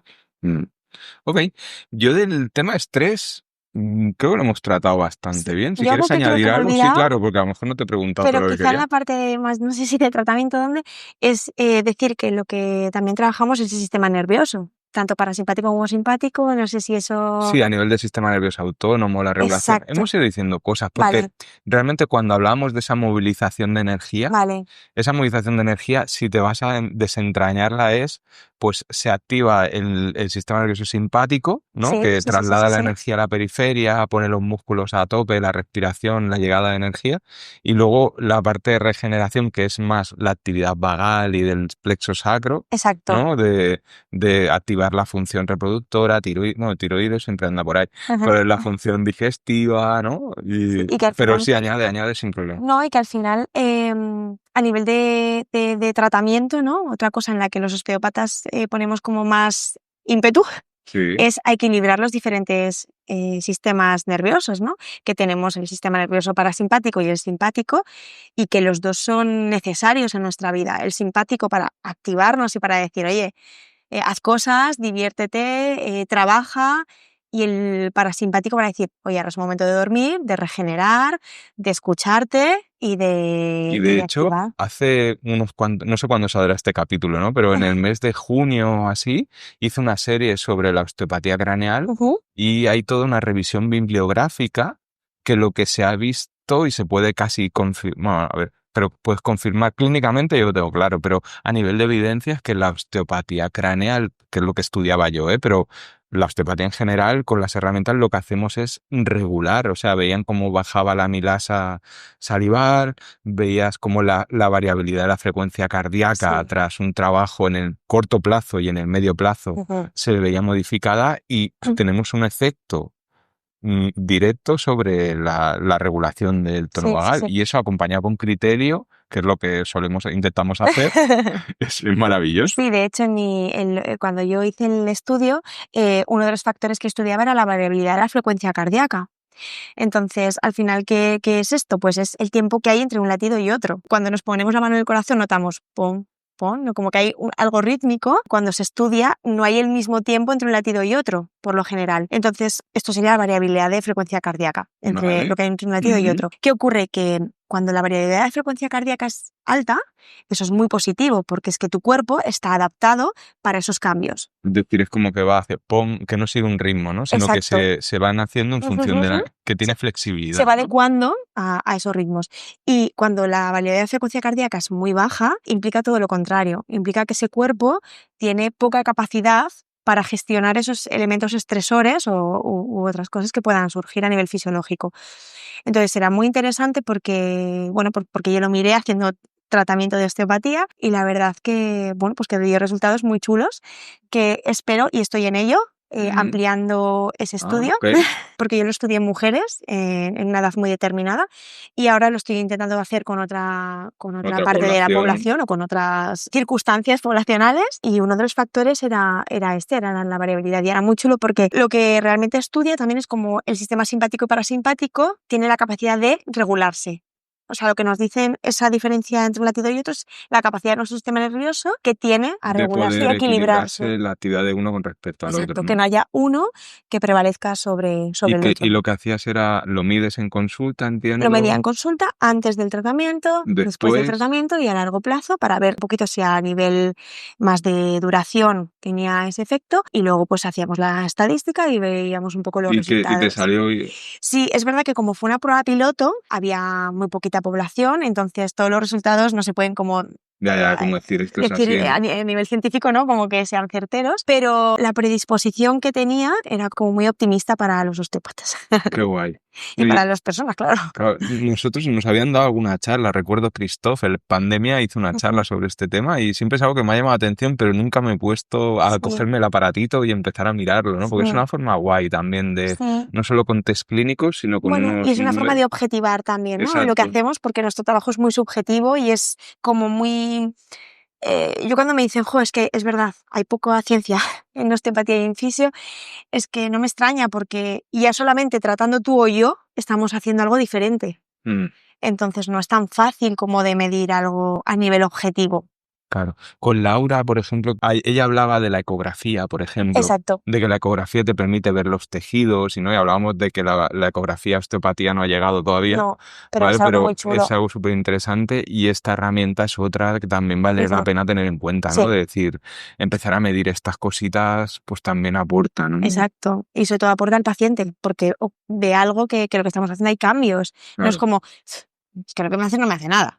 Ya. Entonces dices, bueno, lo que hacemos hace algo, aunque no es inmediato, ¿no? Claro, y hay veces que sí, porque el sistema viene desbloqueado y lo devuelves a un cierto equilibrio, bueno, lo devuelves, se equilibra, se va equilibrando y los síntomas van desapareciendo y el paciente lo ve, pero claro, verlo y sobre todo nosotros, de cara a hablar con el resto de profesiones, que es en lo que entraremos ahora, ¿vale? Es súper interesante. Te ponen el mismo idioma, ¿no? Claro. Vale, pues hacemos un girito. Cambiando de tema, ¿no? Cerramos el tema del estrés. Me gustaría hablar de temas generales, preguntas que le he hecho al resto de invitados del podcast y que me gusta porque cada persona me aporta una visión diferente, parecida pero diferente, ¿no? Y con todos he aprendido algo, ¿no? Bien. Vale, pues la primera es, ¿cómo ves la osteopatía? Es decir, el cómo trabajamos los osteópatas en nuestra sociedad, ¿no? Y si crees que estamos haciendo bien las cosas fuera de las consultas, porque en consulta yo creo que poco hay que decir porque los resultados son los que son y va bien y la osteopatía sigue viviendo, pese a todo lo que le han dado, sigue viva en nuestra sociedad. Pero ¿cómo crees que lo hacemos de puertas para afuera, no? A ver, es un tema, yo creo, un poco controvertido porque... Sí, lo sé. La osteopatía, bueno, nosotros trabajamos aquí en España, entonces la osteopatía no está regulada hoy en día y para mí eso es un problema. Es un problema porque es una profesión a la que se puede subir al carro cualquier persona no bien formada, hablo, ya dejando aparte sanitarios o no sanitarios. Alguien con un fin de semana de un curso de osteopatía puede ponerse en su consulta, que es osteópata, y tú con 6 años de formación, más no sé cuál, y no es porque yo sea mejor que esa otra persona, sino porque al final la gente que nos viene con patología. O sea, nos viene a que ayudemos en su salud. Y si yo no conozco o no tengo unos mínimos conocimientos de salud, pues no sé si puedo ayudar correctamente a esa persona, ¿no? Yo me acuerdo que cuando hacíamos osteopatía, una de las cosas principales también era tener en cuenta las contraindicaciones de ciertos pacientes para hacer ciertas cosas. O sea, no todo vale en una técnica, no todo vale en una persona, no son protocolos. Entonces, alguien que hace algo en un fin de semana no puede equipararse a alguien que tiene una formación de 6 años, o de 3 o de 4, ¿no? Pero un mínimo de horas de formación. Entonces, para mí ese es el principal problema que se vive de puertas de consulta para afuera. Y de hecho hay una regla europea que es aplicable en España y que yo no sé por qué no se hace de una vez, que el osteópata cumpla esos mínimos, que sea un profesional sanitario de primera intención, que esté regulado, exento de IVA, ¿no? Que sería interesante también, que creo que ahora ya estamos exentos de IVA. Que el otro día... Se hablaba, sí, ayer lo estaba mirando y creo que sí. Y que a partir de ahí empezar a construir una profesión y darle, bueno, no sé, diálogo. Sí, y sobre todo porque yo creo que esta profesión ha tenido como picos de estar ahí muy en auge y muy de moda y picos de al revés, ¿no? Como que tener muy buena fama, y creo que es por esto. O sea, simplemente porque no se trabajaba bien. Y no se trabaja bien porque hay profesionales que no están capacitados para poder trabajar a alguien con lesión. Otra cosa es si va alguien porque, oye, no me duele nada, pero vengo a pasar un ratito aquí y a que me ayudes a encontrarme mejor. Sí, claro, pero eso sería también un quiromasajista. Exactamente. Entonces, yo creo que de puertas para afuera ese es nuestro principal problema y eso nos hace mucho daño como profesión. Yo creo que nos hace mucho daño. De puertas para adentro, creo que cada uno tiene su conciencia. Claro. Creo que cada uno tiene sus límites y yo intento ser una persona lo más honesta posible con mis pacientes. ¿Que hay tratamientos que no vayan bien? Por supuesto. O sea, hay gente que no funciona, que no avanza y ya está. Pero si yo me voy a la cama pensando, he hecho todo porque esta persona vaya mejor y creo que he tenido la formación adecuada para intentar ayudar a esta persona, yo me voy tranquila. Y si no he sabido derivarlo a donde Exacto, tocaba. y al final pues derivas, porque no todo el mundo tiene que saber de todo, ni todas las personas conectamos con lo que decíamos antes, Claro. ¿no? Con los mismos pacientes, ni de la misma forma, ni hay gente que se siente cómoda con la forma de trabajar de una persona o de otra. Entonces, de puertas para adentro, yo diría que lo principal para ser un osteópata o para que la profesión esté bien reconocida es la honestidad. Y de puertas para afuera, para mí es el reconocimiento de la profesión a nivel bueno, pues más institucional, más legal, ¿no? Claro. De que sea reconocida como una profesión sanitaria. Y luego hay profesionales súper potentes que Claro. también ves consultas que gente que, como las que hemos entrevistado aquí, que están haciendo un trabajo maravilloso. Sí, y que hay osteópatas, o sea, creo que tanto yo como tú, yo el estudiar osteopatía fue como hacerme un cambio de mente brutal, tanto a la forma de tratar como a la forma de vivir a veces, ¿eh? Sí. Y tuvimos también la suerte de tener profesores que tenían ya un bagaje muy importante, bueno, pues que nos daban una visión totalmente diferente, desde la calma y desde la tranquilidad de haber ya hecho su recorrido profesional más que de sobra, de forma eficaz, ¿no? Claro. Entonces, yo creo que la osteopatía es algo, es una profesión súper bonita, yo estoy enamorada de la osteopatía. Sí. Pero bueno, pero creo que tiene como esos pequeños baches que quizá, pues, no Sí, sé, a de nivel hecho- de colectivo deberíamos... De hecho, la entrevista con Fermín, él reflexionaba muy bien a este nivel y tenía una visión como muy oscura, no oscura, sino como muy negativa de lo que le espera la osteopatía en los Sí. próximos años, Sí, pero a su vez súper clara y súper interesante, ¿no? Sí. Como decía que la osteopatía estaba por caer sí. en estos años siguientes, pero que acabaría, pues eso, resurgiendo, Resurgiendo. renovada. Y Roland también hablaba, Sí. de este... De hecho, yo creo que ahora si me dices, y yo mira que soy de pensar en grises, pero ahora mismo la osteopatía es blanco y negro. O sea, para mí, en la osteopatía no existe un gris. Ya. Lo que decía, no hay blanco de gente que es súper potente y que trabaja el cuerpo con un cariño y un amor tremendo a todos los niveles, y oscura en gente que ve la osteopatía como un curso de un fin de semana y cobrarte 80 euros la hora y sacarte, bueno, el máximo dinero que puedas basándote en que a ti te duele Claro. algo. Es que el problema que tiene también es que tiene una curva de aprendizaje muy alta. Muy alta. Porque no puedes sacarte osteopatía en un año. No, ¿sabes? no. Nosotros fueron 6 de estudiar y de tratar pacientes, y aún así, a día de hoy, todavía yo sigo en vacaciones, estaba leyendo, Sí. y cada paciente es un nuevo reto. Total. Y aún así yo sigo cogiendo apuntes de primero de decir, ostras, se te encienden bombillas, ¿no? Esto que me dijo tal profesor, que no lo he puesto todavía en práctica, pero para este Voy a- caso creo que me puede ir bien. O incluso las charlas que tenemos, ¿no? Que a veces comentamos Sí. pacientes de, mira, tengo este paciente que está estancado, Y, no- ¿qué puedo hacer con él? y te surge algo, hostia, pues mira, yo no había caído en eso. Entonces, Vale. bueno. Entonces, ¿dónde crees que deberíamos invertir o seguir invirtiendo recursos los osteópatas por el bien de nuestra profesión, ¿no? Más divulgación, más ciencia, o no, o seguir buscando esa excelencia clínica, ¿no? O todo, ¿no? O pero ¿dónde crees que fallamos más y deberíamos? Es un poco una pregunta un poco condicionada, por mi sesgo, pero Sí. no sé cómo lo ves. A ver, yo creo que intentar buscar la excelencia clínica no se tiene que perder, porque algo que caracteriza a la osteopatía es la globalidad, ¿no? Y la búsqueda un poco del problema inicial y no del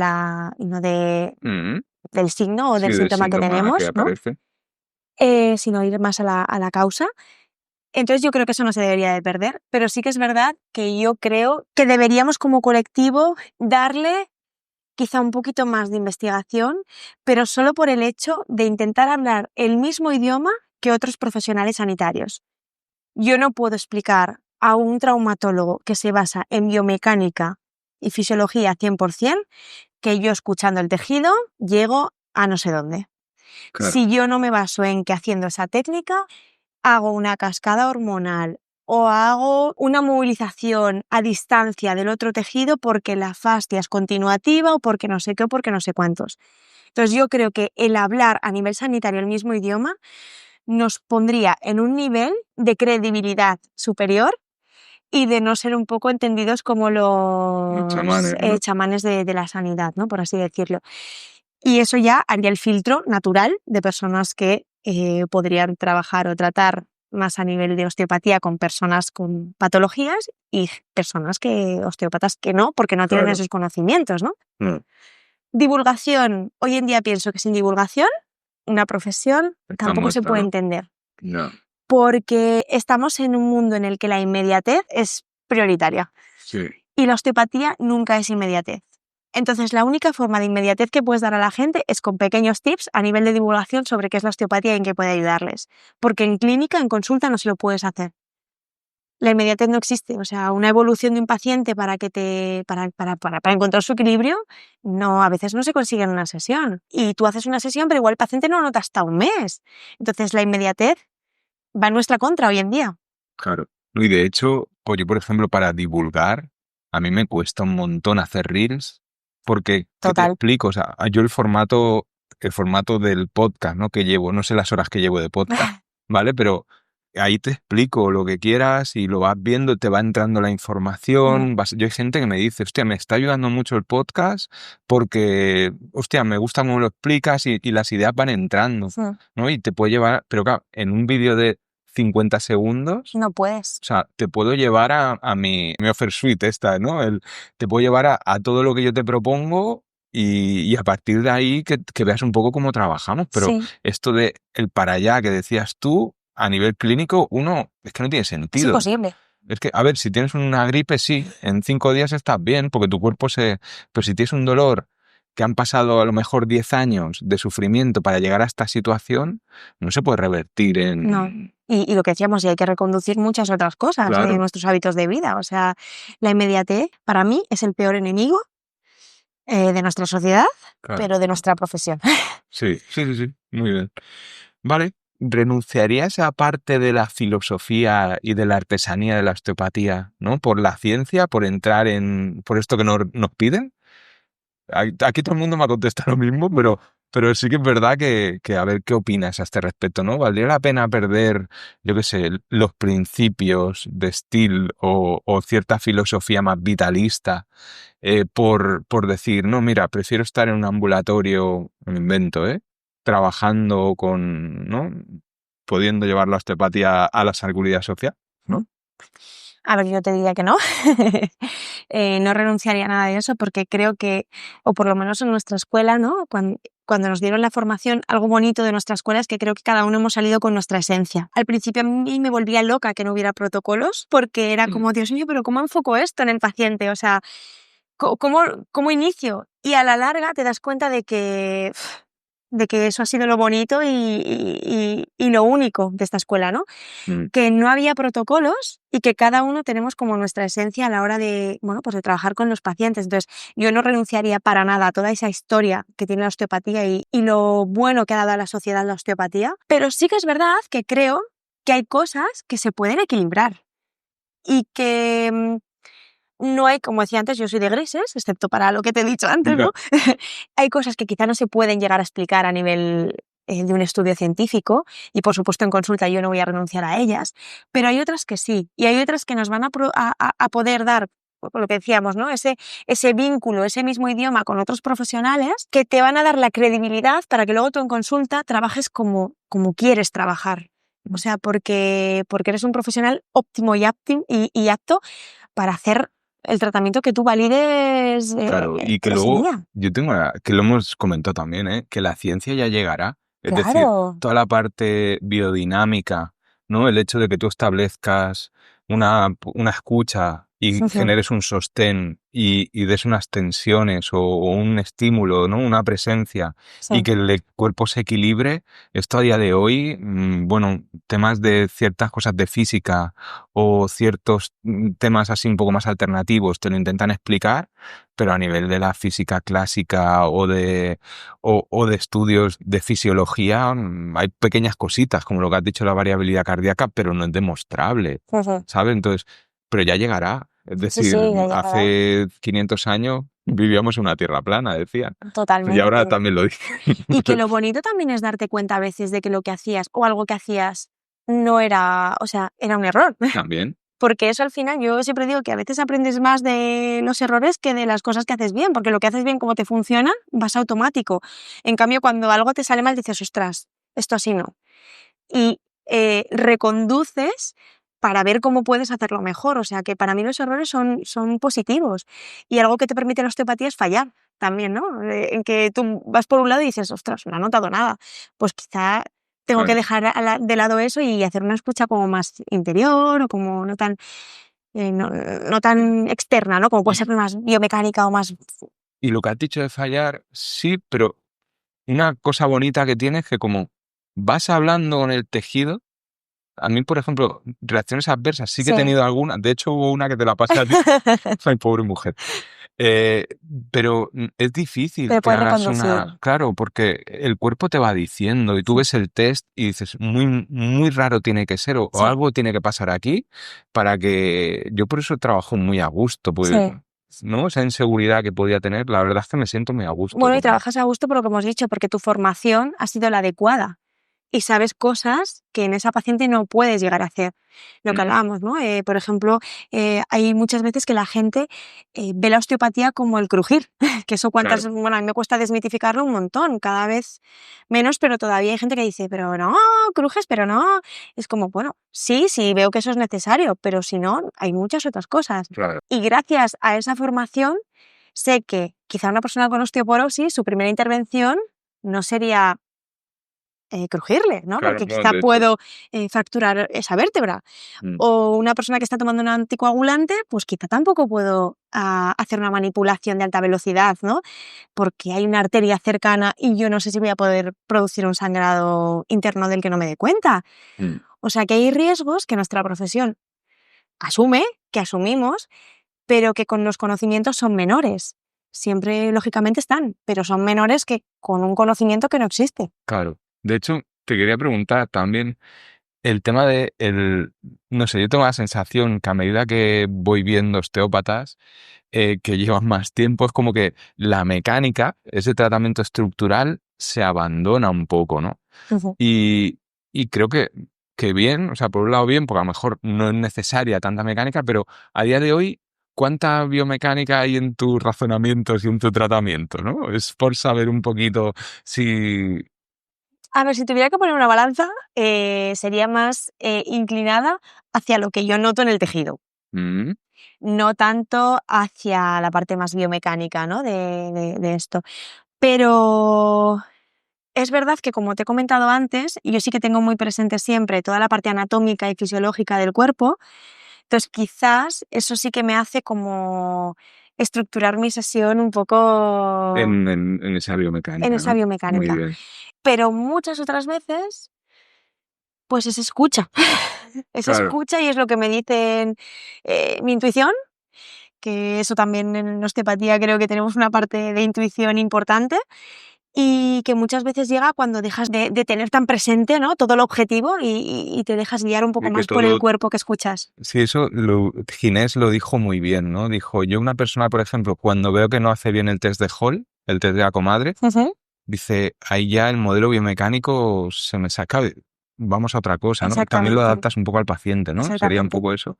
Entonces, exacto, es adaptar. Yo siempre digo que para mí cada caso es único y cada día de ese paciente es único, porque igual el mismo paciente, visto en sesiones diferentes, no le trabajo igual.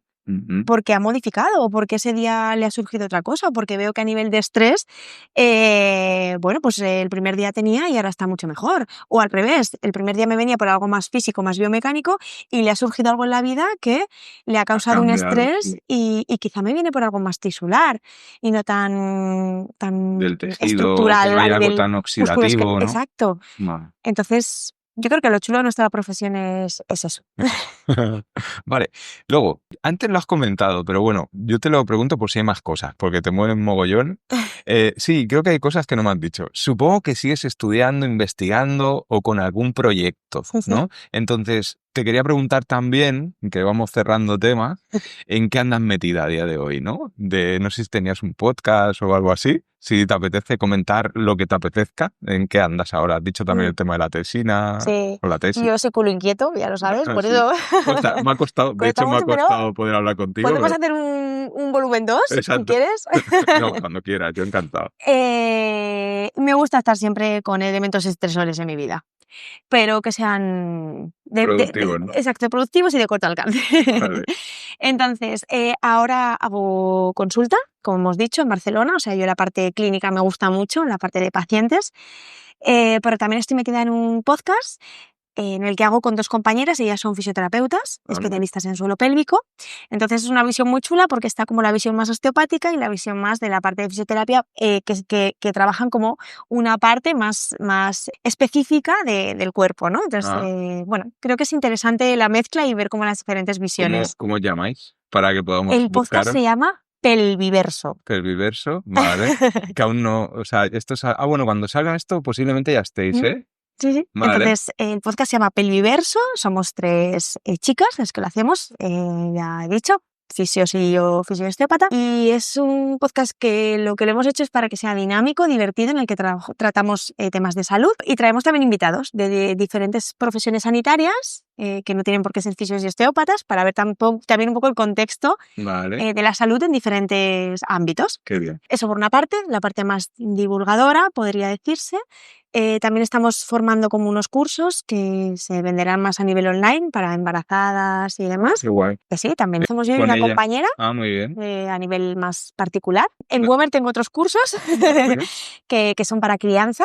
Yo estoy en el curso de crianza, que también se puede comprar online, y luego hay una versión que es en directo, pero online. Online también. Vale. Para poder llegar pues al resto de personas que quizá no viven en Barcelona. Qué guay. De hecho, es muy curioso porque la mayoría de veces son personas que viven fuera de España, o sea que es súper curioso.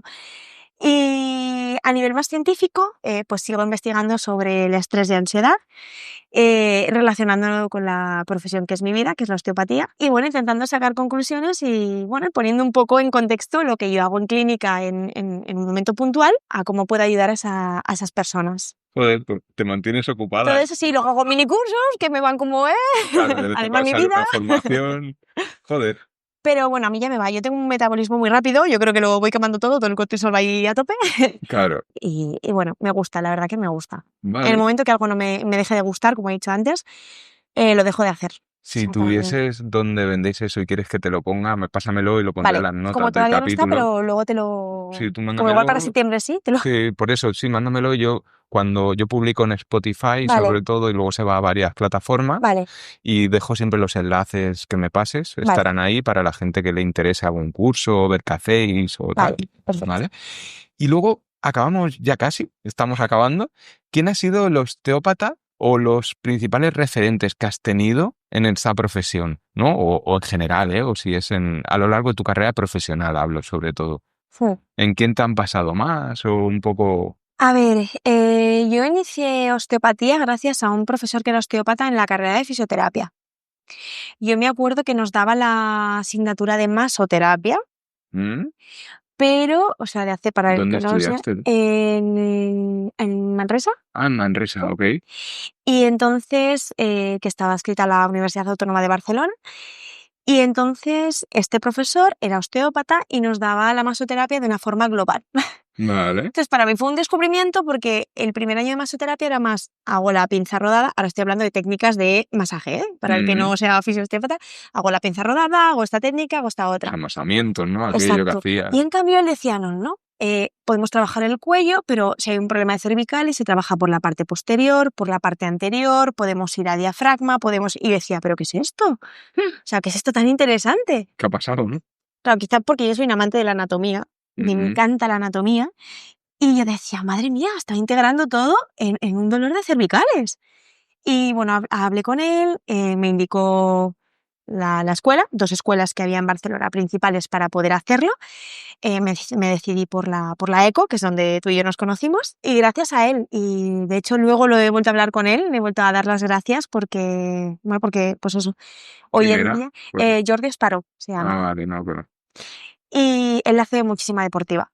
Y después, cuando hicimos osteopatía, bueno, cada profesor yo creo que nos daba una pincelada muy chula para abordar algo de forma diferente. Por ejemplo, a mí, claro, igual como me voy más por el tema femenino, la profesora que nos dio toda la parte de ginecología, Claudine a mí me marcó mucho, en el sentido de cómo trabajaba sin necesidad de hacer vía interna prácticamente, cómo trabajaba ciertas lesiones y y cómo solo colocando la mano sabía cómo... Sí, de hecho, qué disfunción tenías y era como, pero Dios mío, o sea, a mí me marcó mucho también. ¿cómo Claudine. puede ser? Y me gustaba muchísimo su forma de trabajar y de explicar.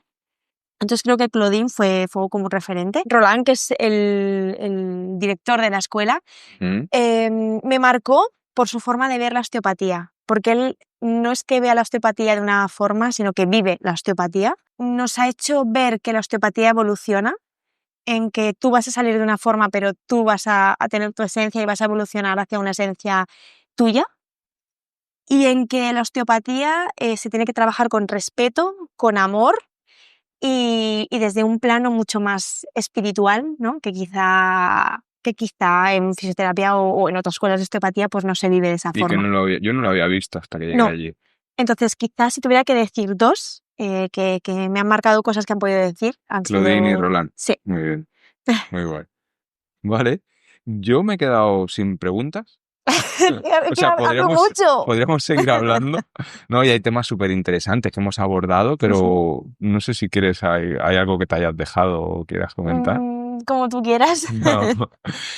A ver, ya te digo, así que lo que te suelo preguntar es todo esto y me ha parecido, muchas gracias, me ha parecido muy interesante y nada, simplemente quería agradecerte que que hayas dedicado un ratito al Vitalista, que poder hablar contigo y todo lo que nos has aportado al resto. Vale. Nah, ya ves, gracias a ti por la gestión de quedar conmigo, de desplazarte para venir a mí, a poder hacer el podcast y bueno, de contar conmigo para hablar sobre este tema que para mí es súper interesante.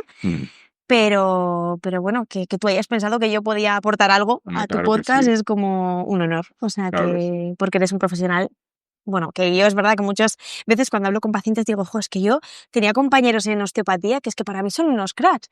Porque es verdad que cuando ves la evolución de muchos dices, madre mía, pero ¿cómo han llegado hasta ahí? O cómo, ¿sabes? Es que en clase hay gente muy potente. Hay gente muy top y muy potente. Y yo creo que algo bonito, quizá el cómo yo he vivido la osteopatía ha sido gracias a la clase que hemos tenido, que yo creo que no era nada ambiciosa, que nos ayudábamos muchísimo unos a otros, que cada uno teníamos nuestra personalidad y nuestras circunstancias, pero que pese a ser personalidades muy diferentes, ¿no? Nos respetábamos. Y eso... que hay gente súper, no sé, yo ahora con Xavi o con Uri, que estuve con él unos fines de semana, hostia, y los vas conociendo 6 años después y los sigues conociendo. Totalmente. Y hay gente súper guay. La verdad es que lo que se creaba en la ECO, es que aquí parece que la ECO me pague. Ya, Siempre hablamos bien de ella, pero es que hay un camino ahí muy chulo. Totalmente. Y con gente, no sé, muy guay. Bueno, y de la ECO también, si esto va a salir ya en el podcast, también destacar la función de Sofía, que era la que nos aguantaba a todos. Sofía es una persona maravillosa, nos sigue aguantando cada vez que tenemos dudas o que tenemos que gestionar algo. Y bueno, yo creo que se formó una familia muy bonita. De hecho, tenemos un chat de grupo que se llama Familia Osteopática. Y yo creo que se formó eso como una familia. Y que a cada persona, tengas o no ahora mismo más o menos contacto con ellos, si le pides cualquier cosa, estoy segura de que cualquiera de clase intentaría ayudarme. O sea, o hacer lo que fuera necesario. Te encuentras en un curso y puedes tener una gran conversación. Exacto. Te van a tratar o cómo lo hacen ellos. Total. Sí. Así que fue una suerte conocernos, Andrés. Gracias. Y un placer y gracias por todo, ¿vale? Gracias. Cerramos a ti aquí. Y hasta el próximo.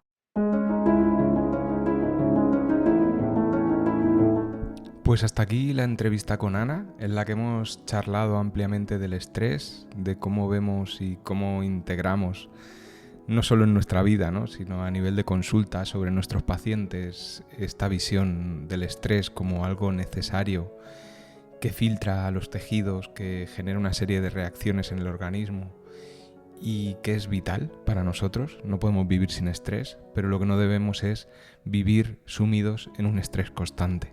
¿Vale? Es un poco una de las conclusiones bonitas que nos deja esta charla con Ana.